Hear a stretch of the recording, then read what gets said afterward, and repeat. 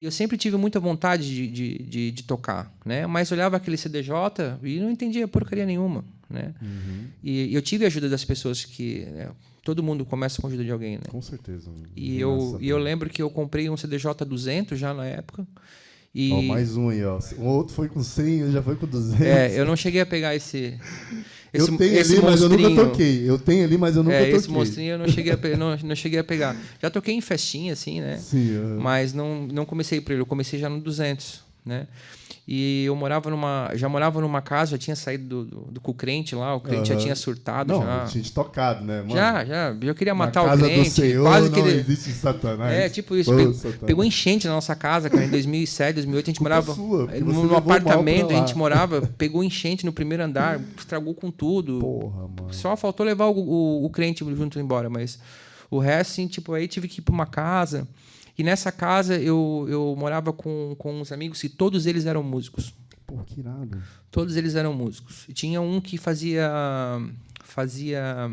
eu acho que era radiologia ou medicina, não lembro. Mas era o Kleber, que é dono do Downtown, né? Downtown, isso. O Kleber, músico, percussionista, né? Pô, tinha bateria na nossa casa, ele ensaiava com a banda, então sempre estava ali dentro. Aí o Kleber virava horas e horas à noite vendo vídeos do Michael Jackson, a gente é muito fã de Michael Jackson. Caraca, mano. E, sabe, inserido ali. E eu trabalhando com música, mas não tinha aprendido a tocar ainda. Aí quando eu comprei o CDJ, adivinha quem que me ensinou, deu meu primeiro play? Juliano Lucchini. Cala a boca. Falei, Juliano, tu sabe tocar? Cara, eu já toquei um pouco de hip hop. E ele sabia mesmo, cara. Meu Deus, mano. E depois... Olha, por isso que é massa essas conversas, porque você vai abrindo Ninguém imagina isso. Jamais queria saber que você era jogador de futebol, profissional de futsal, né? E que o Lucchini te deu aula de DJ a primeira vez. O primeiro que me ensinou foi ele.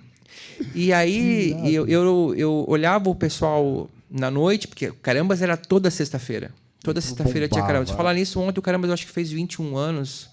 Alguma coisa assim. Muita saudade do Carambas. Muitas. Parabéns, Carambas. Volta, né? Pode voltar que a gente tá com saudades. Deixou saudades. Eu imagino. E aí eu vi os artistas tocando, os residentes, o Conrado, o Carlos Fuzzi, o Guilherme Cone. O Guilherme também estava começando a carreira dele na época. Né? E o Carambas toda sexta-feira trazia um convidado, trazia um artista da época. Né? Teve inúmeros ali. Então eu sempre ficava olhando, mas eu não sabia o que estava fazendo. Aí eu chegava em casa, apertava as duas músicas junto para ver se as músicas saíam. Aí, tipo, deixava os negócios igual, mas não. Cara, zero, assim, para mim. Né, cara? Sabe? Eu tava tão craque já que, tipo, eu colocava a música, dava o play, soltava as músicas, tava tocando, eu falei, tá pronto, tô mixando. Aí, tipo, eu não sabia o que era os fader, não sabia nada. E aí o Fernando Melo, meu amigo. Fernando Melo, meu amigo, foi lá em casa e ele me deu umas aulinhas. Ele tocava também no Carambas, não tocava? Tocava no Carambas depois. Depois. Foi mais pra frente ainda. O Melo, ele tocava na época... O Melo acho que veio do Trance também na época. Né? E ele me ensinou. Ele me ensinou ali algumas coisas, tal. E ali eu comecei a aprender. E eu comecei também, nessa época, a andar muito com o Carlos Fuzzi.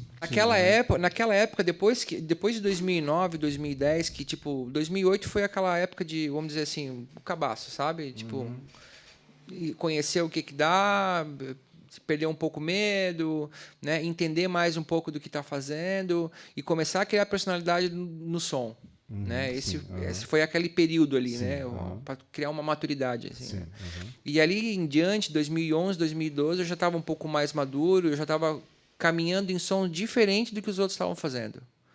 Sabe? Já comecei a pesquisar, a ter um nível de pesquisa, uma sensibilidade maior, né, do que eu tinha antes e ter uns gostos melhores. Aí que a gente foi caminhando pelo Deep House, né, já naquela época já um Deep Tech, né, e até chegar no Deep House. Né, foi no House e no Deep House, ali chegou. Né, e essa época tu me conheceu. Foi bem nessa época. Né, foi em 2013, por aí, foi naquela época. Por aí.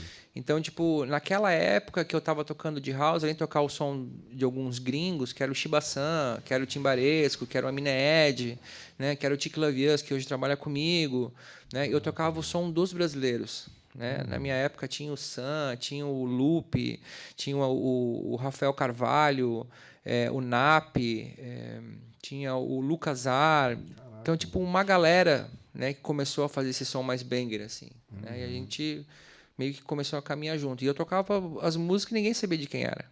Né? Porque não tinha hoje essa facilidade. Não, hoje de naquela época não tinha o Shazam. Se tivesse Shazam, não tinha o nome dos guri lá, porque nunca foram lançadas.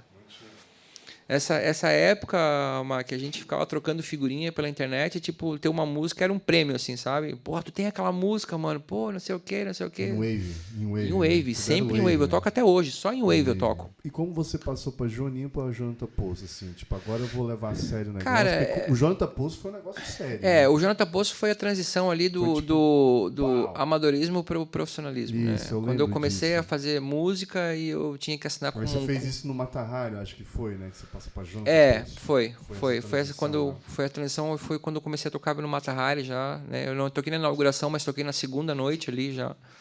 E eu tenho essa parceria com o pessoal do Mata Hari até hoje. E ali foi o início do Jonathan Poço. Quando eu comecei quando eu lancei minha primeira música na gravadora do Silvio Rodrigues, lá de Nova York, eu comecei como Jonathan Poço. E ele ficou e foi um trabalho um pouco mais sério. Né? Um pouco não, bem mais sério, né? Que aí aí você ficou como residente do Carambas e logo depois você foi pro Mata Hari. Daí depois eu saí do Carambas porque eu queria... Tava começando a bombar como DJ. Aí, por exemplo, não podia tocar no Mata Hari, não podia tocar no Carambas, não podia tocar no Obis, não podia tocar na cidade. Exclusividade. Todo mundo começava a pedir exclusividade. Eu falei, quer saber, eu vou ficar sozinho, tô ganhando dinheiro tocando, porque eu vou continuar com promoção, isso, aquilo, papapá.